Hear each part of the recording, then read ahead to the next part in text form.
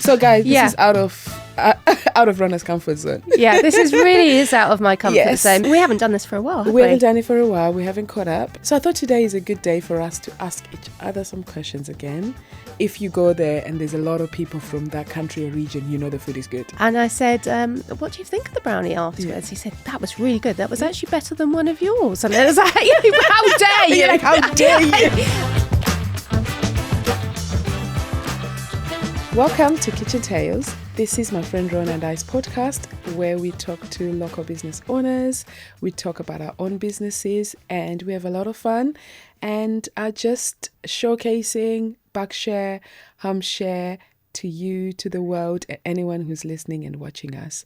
Rhona, how are you doing? I'm very well. How are you, Colline? I'm good. Oh, it's good. just you and me today. It is. We haven't done this for a while, have we? We haven't done it for a while. We haven't caught up. And so I thought today is a good day for us to ask each other some questions again, just so that the people that are listening and watching us can get to know us a little bit more and just to, change things up a little bit. Good. It's always nice speaking to people, but it's also really wonderful just you and I catching up. It is. We don't do it enough, actually. We don't do it enough. Probably need to do it a bit more. Absolutely. So I wanted to ask you, Rhona, I know you've been so lucky to travel around the world. Tell me about some of the countries that you visited throughout your whole life. It doesn't have to be where you've traveled recently. Yeah. And tell me if you've had any good or interesting food in those places. We've been to Singapore quite a few times because we've got some friends out there. Yeah. So, and actually my son's out in Asia at the moment as well. Fascinating. Asia, I absolutely love it. Obviously love all the food, love all the noodles, the rice, everything. About Far East is just me because I love chili, all the spices, and it's just absolutely incredible. So that's one of the places. Recently we went, I think it was last year, we went to America. Where in the US did you go? We were in New York. In New York, yeah. No, it's burgers, isn't it? It's so that is not a place that I tend to really, enjoy food-wise. Went to France. Actually, this year, recently, we went to France. We were at Easter. We went to France. We went out for supper. We had the most incredible supper. Absolutely delicious. We went all out. Yeah. Foie gras to start. Nice. Have you ever had foie gras? Do you know, I've had it once. It's just not really my thing. Is it not? No, absolutely it's not my love thing. it. Whenever we go to France, it's just got to enjoy have it. it. Oh, absolutely delicious. And it's not the same if you have it here. Yeah. Then we had a ribeye steak. Wonderful, amazing. And we didn't have pudding, but it was so delicious. That's nice. And we had what I like cocktails. about the French cooking is like the simplicity of it.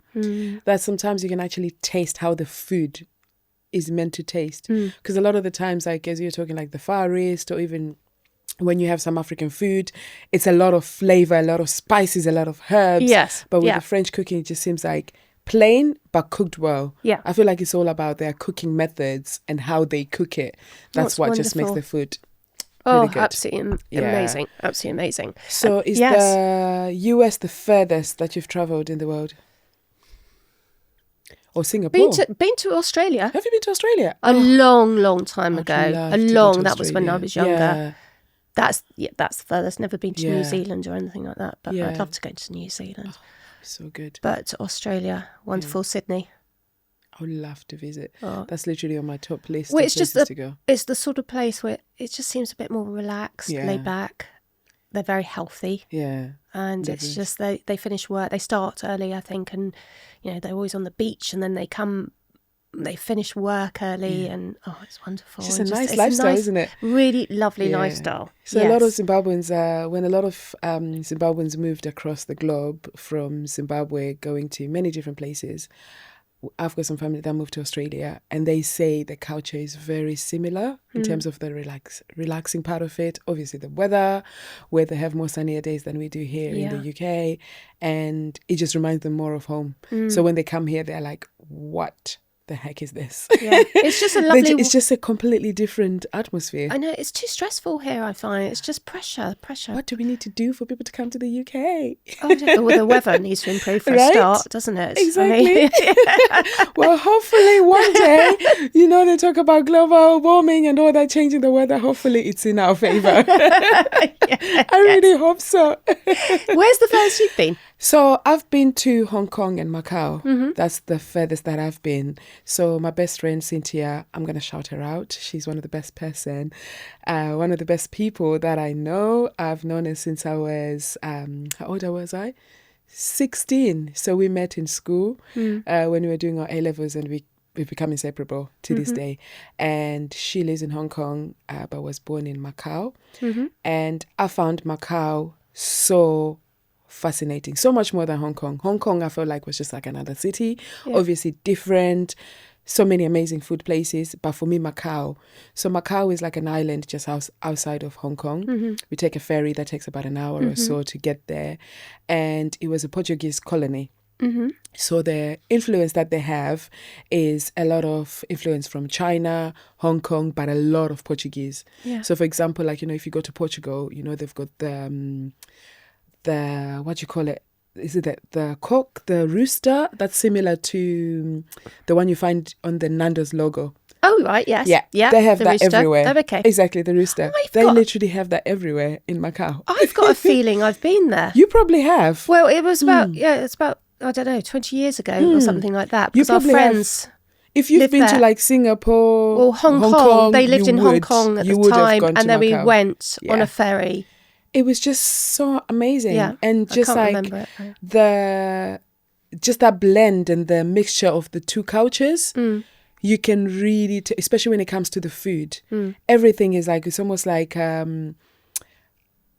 Portuguese, Chinese mix, right? And it just works. Yeah, okay. It just works. So I would say that's the furthest and most fascinating place that I've personally visited. But another place was actually, I went to Poland, and it was Wrocław, a really small city town called Wrocław, and that was another fascinating place because again, I'd never really been to that side of Europe, and I had some of the best sauerkraut that I've ever eaten in my entire life. I've tried to recreate it.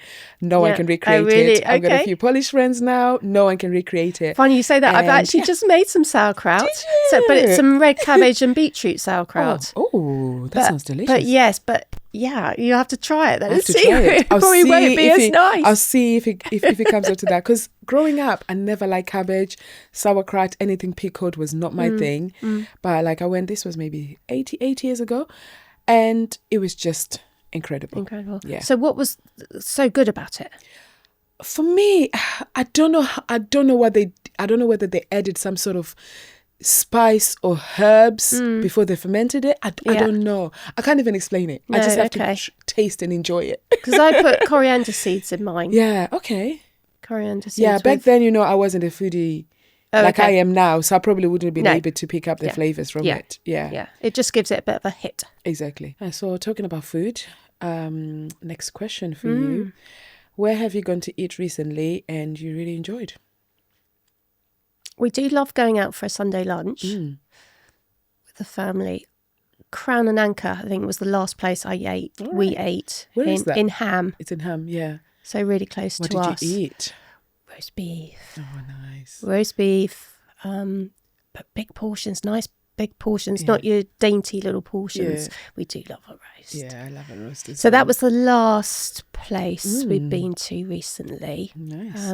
The Sunday lunch. We don't tend to go out that much, actually. Yeah, we don't go out so much. Yeah. I mean, we're in the kitchen cooking for other people the most of the time, but... And have leftovers. And leftovers. And then, Sunday lunch seems to be the place to go out to if we're going out. And then it brings the family together, doesn't it? So it's really like... Yeah. How about you? Yeah, so similar to you, really. Z and I don't tend to eat out that often. If we do, sometimes we just get takeaways here and there. But I've mentioned our foodie group that I have. We're part of a foodie group. Yeah. And it's a group of us. It's 6 of us. And we meet up every other month or so. And recently we went to a Nepalese kitchen. And it's called Kamau's. And it's in Reading. Oh. Absolutely outstanding food. Okay. I mean, we've been a few times, but it's been almost a year since I'd been, and Z had never been. So we had to take Z there, and his food is stunning. He does the most incredible momos.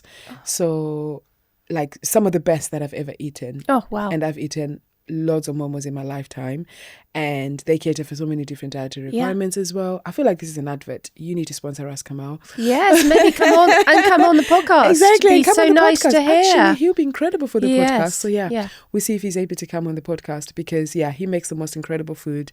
And when you look at the menu as well, so he's got like buffalo on the menu. He's got so many interesting things that you wouldn't necessarily find anywhere else.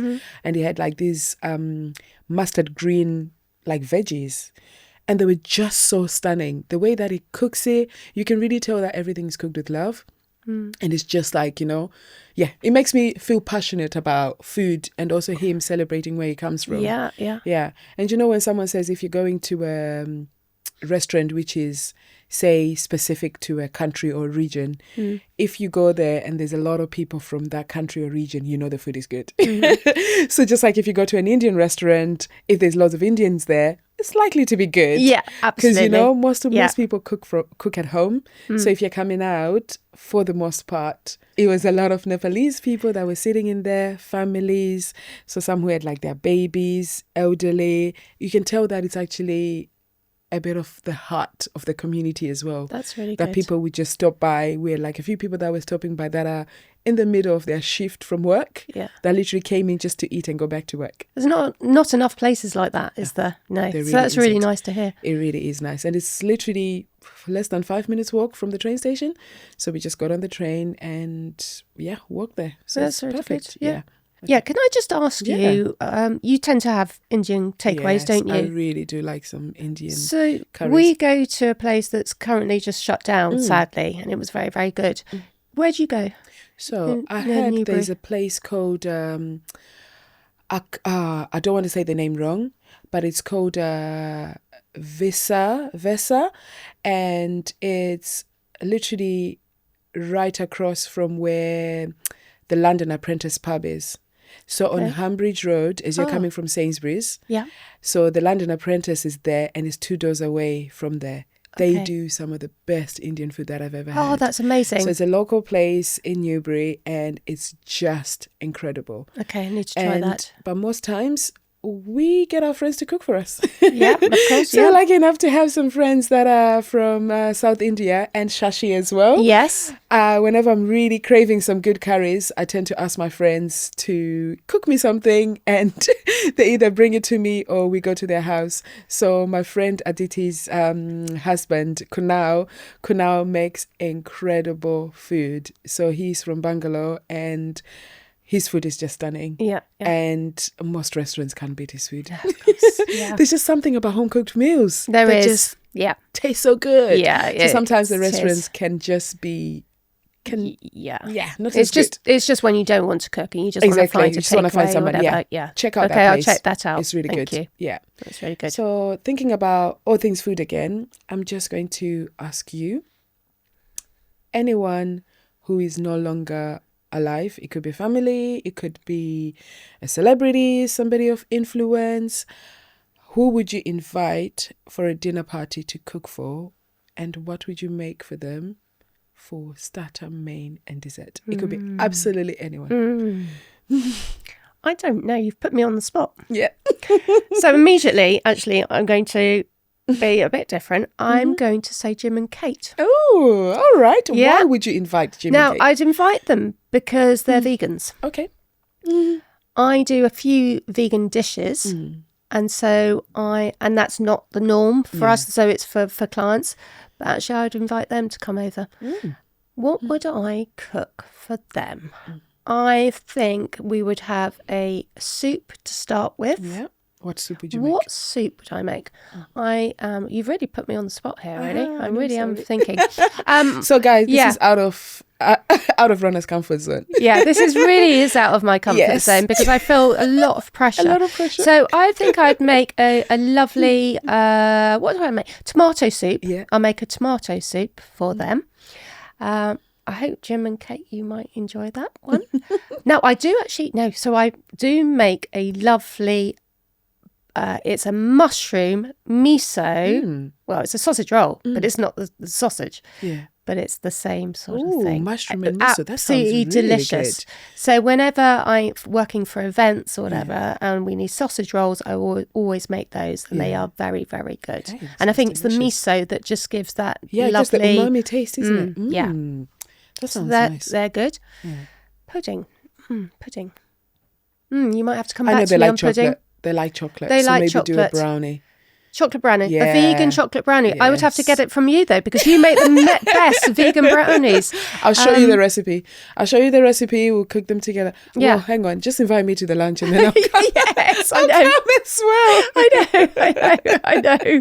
That I sounds did really tell good. you, actually, didn't I, Yeah. when I got some vegan brownies from you, actually, quite recently. I Yeah. did a bit of a test on my husband. Did I tell you this? No, you Yeah. didn't. So I said, my husband is very prone to sweet, Yeah. and I make brownies quite a bit anyway for events. And he was having a cup of tea, and I said to him, "Right, would you like a brownie?" He said, "Oh yes, please." Yeah. And I said, "What do you think of the brownie afterwards?" He said, "That was really good. That was actually better than one of yours." And I was like, "How dare you? You're like, how dare you? Do you know He's gonna go in the doghouse. Do you know that was vegan?" He was like, "Really?" What? Yeah. I need to make some more for the freezer, actually. Yeah. I'll get some more I from need to you. edit. Yeah, we They're need to add very that to the good. list. They're very, Yeah. very good. Yes.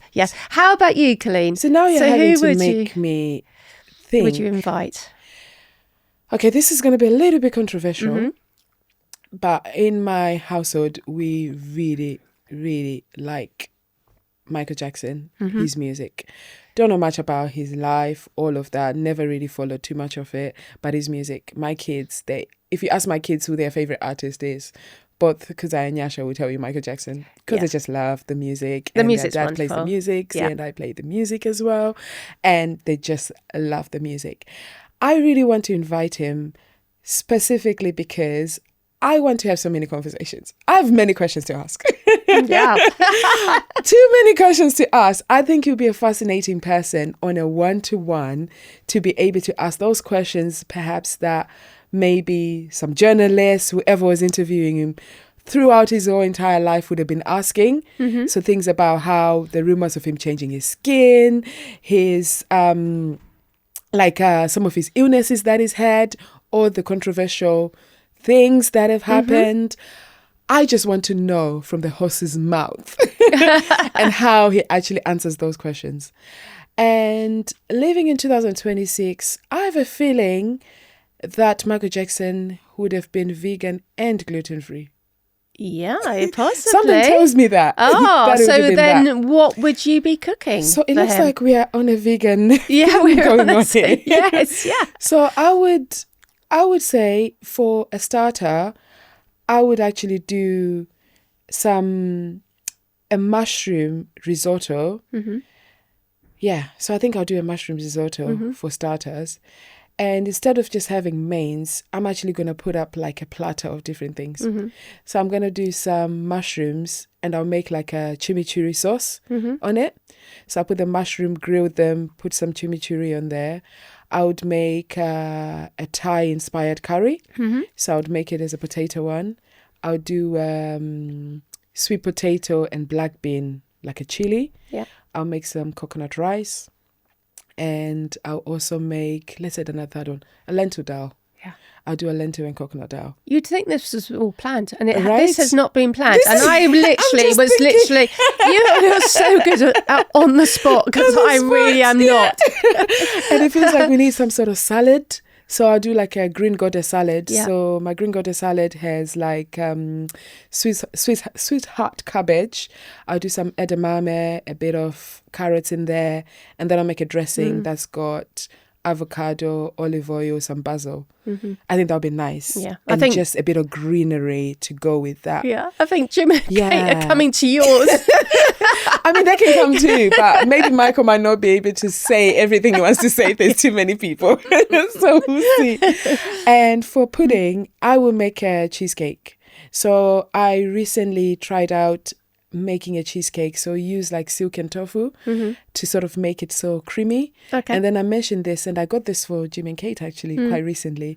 It's like a cream cheese version, but it's almond based. It's from M&S. So I'll use that with the silken tofu, and I would do let's call it a strawberry cheesecake. Okay. I was about to say pistachio. We've had enough of pistachio. Yes, yeah. Oh yeah, my let's word. do strawberry. Let's do strawberry. Yeah. So I'll Yeah. do that. So That's I think good. that's who I'll invite. That's really good. That's really good. And absolutely delicious. Absolutely delicious. It really is. So sadly Michael is dead now, but maybe we just make this for Jim and Kate. All right. I think we are now waffling. It's probably time for us to finish off the podcast. Would you like to finish off the podcast? Oh, I've enjoyed just rumbling. We don't get to rumble because everything no, we is about don't. talking to people, and which is always amazing anyway, Yeah. and just listening. But for us to just rumble, I think it's just a nice change. Yeah, it's We're even really good sitting in change. different spots. Yeah, we are, and I feel very relaxed And having and having a cup of coffee. Cup of Yes, coffee. yes. And I think we are always asking for sponsors, but I think Minor Figures need to sponsor Jim and Kate because they have Minor Figures oat milk all the time, and it's absolutely delicious. It's very good. So if anyone hasn't tried that, they should try that because this coffee is good. And most people know that I don't drink coffee, but I love this coffee. No, it's really good. Yeah. Well, thank you very much, Colline. That was really you. good. It was a good rumble. I enjoyed it. Really enjoyed it. And thank you to everyone. Thank you for listening and watching Kitchen Tales podcast. You can catch up on this episode and other episodes on your podcast channels, Apple, YouTube, and anywhere else you get your podcasts. Thank you. And one more thing, please can you like, share, and also subscribe if you're on any of these platforms like Spotify, YouTube. Find us on there and subscribe to us or leave a comment. And if you have a friend that you think would enjoy these episodes that we are putting on, we're enjoying it, please share with all your loved ones.